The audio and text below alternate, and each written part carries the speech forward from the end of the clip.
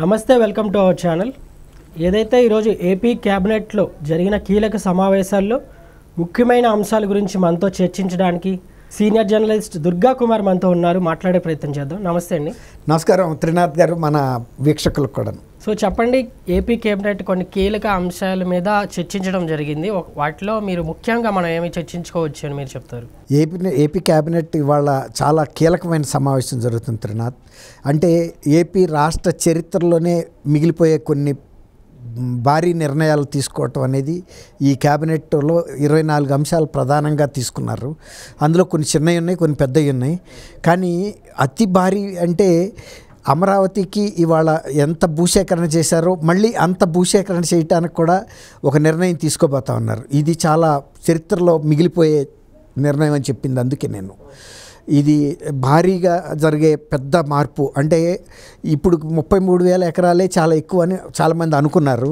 కానీ ఈ ప్రభుత్వం వచ్చిన తర్వాత ఇవాళ గట్టిగా 2,000 ఎకరాలు కూడా ప్రభుత్వంకి మిగలలేదు, అన్ని సంస్థలకి ఏర్పాటు చేయగా. కాబట్టి ఇవాళ ఇంకా అనేక సంస్థల ఏర్పాటుకి కావలసినంత నిధులు ఉన్నాయి, ఏర్పాటు చేయాల్సిన అవసరం కూడా ఉంది. దానికోసం ఇంకొక 33,000 కోట్ల రూపాయల 33,000 ఎకరాలని సమీకరణ సేమ్ అంటే దీనికోసం డబ్బుని వెచ్చించరు.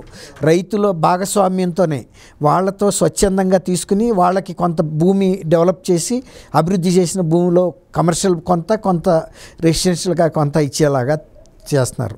ఇది ఇప్పటికి 33,000 ఎకరాలు ఈ ప్రాతిపాదికన సమకూర్చుకోవటమే ప్రపంచ రికార్డు. ఇది దానికి రికార్డుని మళ్ళీ పగలగొడుతుంది ఆంధ్రప్రదేశే, మళ్ళీ 60,000 ఎకరాలు తీసుకుని. అంటే ఇంకోటి ఏంటంటే జగన్మోహన్ రెడ్డి గారు ప్రభుత్వం వచ్చిన తర్వాత అసలు ఇక్కడ అమరావతి అనేది కేవలం శాసన రాజధానిగానే ఉంటుంది. పాలనా రాజధాని వైజాగ్, న్యాయ రాజధాని కర్నూలు అని ఒక పితలాటకం పెట్టడం వలన మొత్తం రాష్ట్ర అభివృద్ధి కుంటుపడిపోయింది. అలాగే అమరావతి పరిస్థితి కూడా అసలు ఆయన మొత్తం వర్క్స్ ఆపేశాడు. ఇప్పుడు ఈ ప్రభుత్వం వచ్చిన తర్వాత మళ్ళీ మొత్తం సమాయత్తం చేశారు. తర్వాత ఇంకోటి ఏంటంటే ప్రధానమంత్రి గారిని కూడా ఈ పునఃప్రారంభ పనుల కోసం ఆహ్వానిస్తానికి కూడా ఇవాళ ఈ క్యాబినెట్లో నిర్ణయిస్తారు ఒక తేదీని, వేదిక. ఎందుకంటే ప్రధానమంత్రి గారు గతంలో వచ్చాడు, మళ్ళీ ఇప్పుడు నిజానికి ఇది పునర్జన్మ లాంటిది అమరావతికి. ఓ రకంగా అమరావతి భవిష్యత్తు భూస్థాపితం అయిపోయింది అనుకున్నారు అందరూ.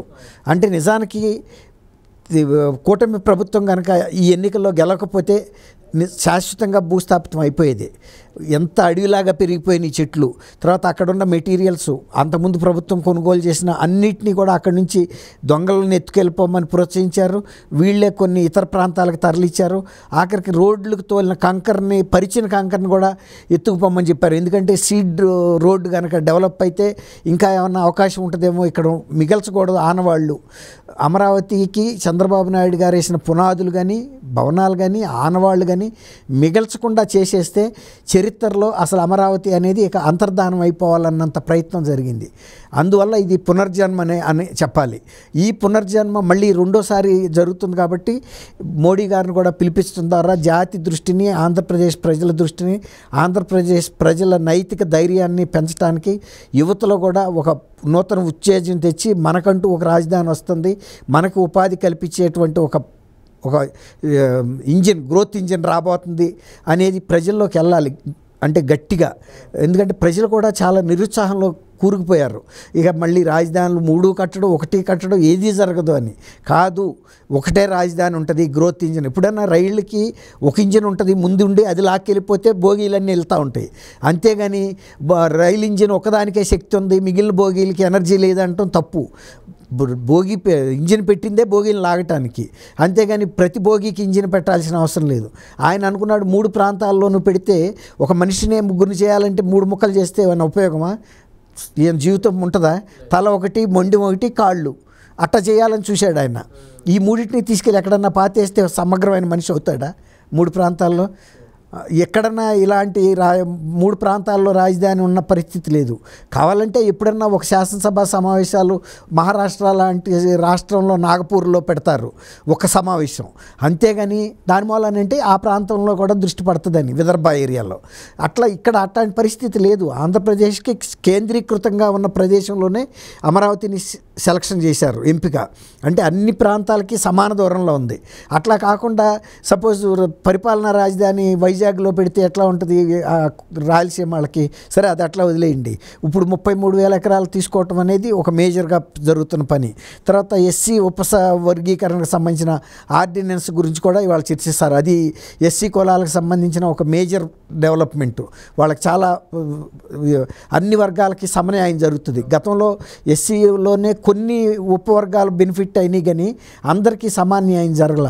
ఇప్పుడు అలా కాకుండా ఉపవర్గాలకు సంబంధించి కూడా ఎంత పర్సంటేజ్ ఎవరికి ఇవ్వాలనేది చెప్తున్నారు.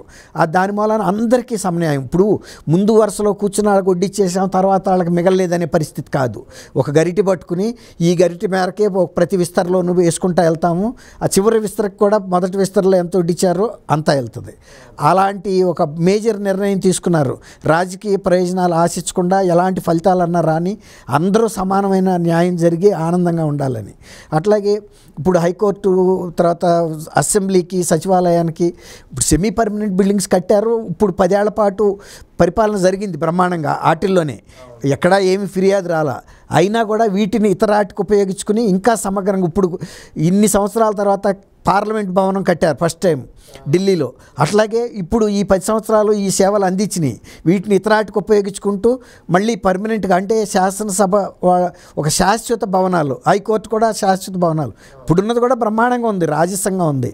అట్లాగే సచివాలయానికి సంబంధించి ఇప్పుడు ఒక రకంగా సెమీ టెంపరీ అయినా కూడా 10 ఏళ్ల పాటు అవసరాలు తీర్చినాయి. అయితే బ్రహ్మాండం అసలు ఇప్పుడు గతంలో ఉమ్మడి ఆంధ్రప్రదేశ్లో లేనంత పెద్ద క్యాంటీన్ కూడా అక్కడ ఉంది. ఎన్ని వేల మంది వచ్చినా కూడా ఈ చిన్న ఇబ్బంది లేకుండా కూడా చక్కగా భోంచేసి వెళ్ళిపోగలుగుతున్నారు. అట్లా ప్రతిదీ. తర్వాత రోడ్లు విశాలంగా వేశారు. గతంలో ఉమ్మడి ఆంధ్రప్రదేశ్ కూడా అట్లాంటి సచివాలయం లేదు. మొన్న పగలగొట్టి బీఆర్ఎస్ వాళ్ళు వేరే కట్టారు, ఇది వేరు. కానీ అంత మంచి ఉన్నాయి భవనాలు. అలా కాకుండా ఈ కూటమి ప్రభుత్వం వచ్చిన తర్వాత ఇంకా ఈ మూడింటిని కూడా శాశ్వతంగా చేయడానికి కూడా ఒక 786 కోట్లు హైకోర్టుకి, అలాగే 617 అసెంబ్లీకి, తర్వాత సచివాలయానికి కూడా తగినంత నిధులు ఇచ్చుకోవటానికి, తర్వాత గతంలో ఉన్న కొన్ని టెండర్ల కాలపరిమితి ముగుస్తున్నందున మధ్యలో పని ఆగిపోయినందువల్ల వాటి కాలపరిమితి కూడా పెంచే విధంగా కేబినెట్ ఆమోదం తీసుకోవటం అలా కూడా చేస్తున్నారు. అలాగే నగరాల్లో వీటిల్లో వాతావరణంలో విపరీతమైన మార్పులు జరుగుతున్నాయి. ఎంత సడన్గా మార్పులు అంటే ఊహించలేనంత మార్పులు జరుగుతున్నాయి. ఒకేసారి భారీ వర్షాలు పడటం కానీ పెను మార్పులు. ఈ పెను మార్పుల్ని ముందుగానే గమనించే విధంగా అత్యాధునికమైనటువంటి వాతావరణ కేంద్రాల ఏర్పాటుకి సంబంధించి కూడా పెడుతున్నారు. మరీ ముఖ్యంగా కోస్తా ప్రాంతం అవటం వలన ఆంధ్రప్రదేశ్కు ఉండే పరిస్థితి మరీ ప్రత్యేకం. తుఫాన్లు కానీ ఇలాంటివి వస్తున్నాయి. మొన్న విజయవాడ లాంటి నగరం ఎప్పుడూ లేని పరిస్థితిలో మునిగిపోయింది. అలాగనమాట. అట్లాగే ఇప్పుడు అమరావతిలో కూడా రాజధానిలో ముంపు అని చెబుతున్నారు.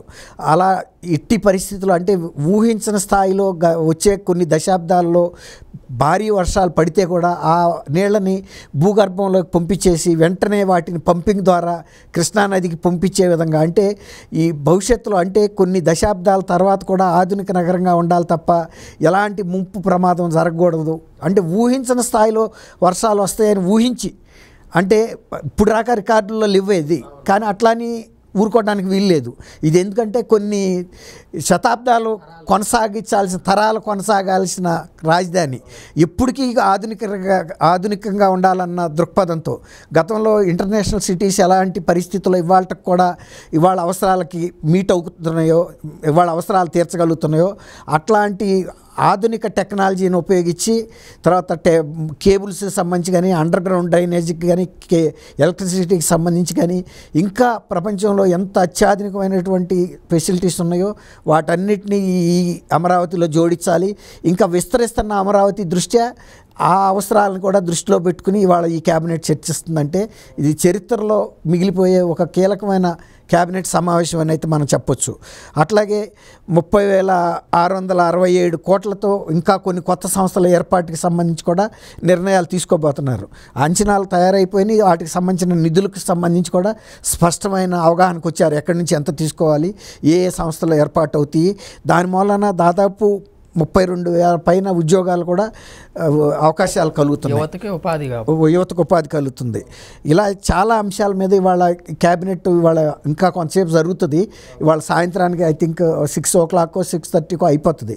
ఆ సమావేశం అయిన తర్వాత ఇంకా వివరాలన్నీ కూడా బయటకు వస్తాయి. ఏదున్నా కూడా ఇది ఆంధ్రప్రదేశ్ చరిత్రని ఒక మలుపు తిప్పే క్యాబినెట్ సమావేశంగా అయితే మనం చెప్పొచ్చు. అయితే మళ్ళీ చూసుకుంటే కూడా రైతులందరూ కూడా సానుకూలంగా ప్రభుత్వానికి అనుకూలంగా, అది మీరు అన్నట్టు త్రినాథ్, ఇప్పుడు కొన్ని అదనపు గ్రామాల రైతులు కూడా మేము మళ్ళీ మొన్న మీరు ఎంత సమీకరించారో అదే ప్రాతిపాదికన అంత ఏరియా ఇవ్వడానికి మేము సిద్ధంగా ఉన్నాం. రైతుల నుంచి ప్రతిపాదన వచ్చినందువల్లే ఇవాళ సిఆర్డిఏ ద్వారా ఇది చేస్తున్నారు. సిఆర్డిఏలో కూడా కొన్ని కీలకమైన అంశాలు పెండింగ్లో ఉన్నాయి. వాటి మీద కూడా ఈ క్యాబినెట్లో చర్చించేసి సిఆర్డికేకి ఆమోదం తెలుపుతారు. అంటే గో హెడ్, మీరేమీ ఆవగాల్సిన అవసరం లేదు అని పాలనాపరమైనటువంటి అనుమతులు శాంక్షన్ చేస్తారు. ఇది ఒక రకంగా ఇవాళ అమరావతి ఉరుకుల పరుగుల మీద వెళ్ళడానికి ఒక మంచి క్యాబినెట్ కీలక సమావేశం అని అయితే చెప్పాలి. థ్యాంక్ యూ సో మచ్ అండి. Thank you Trinath.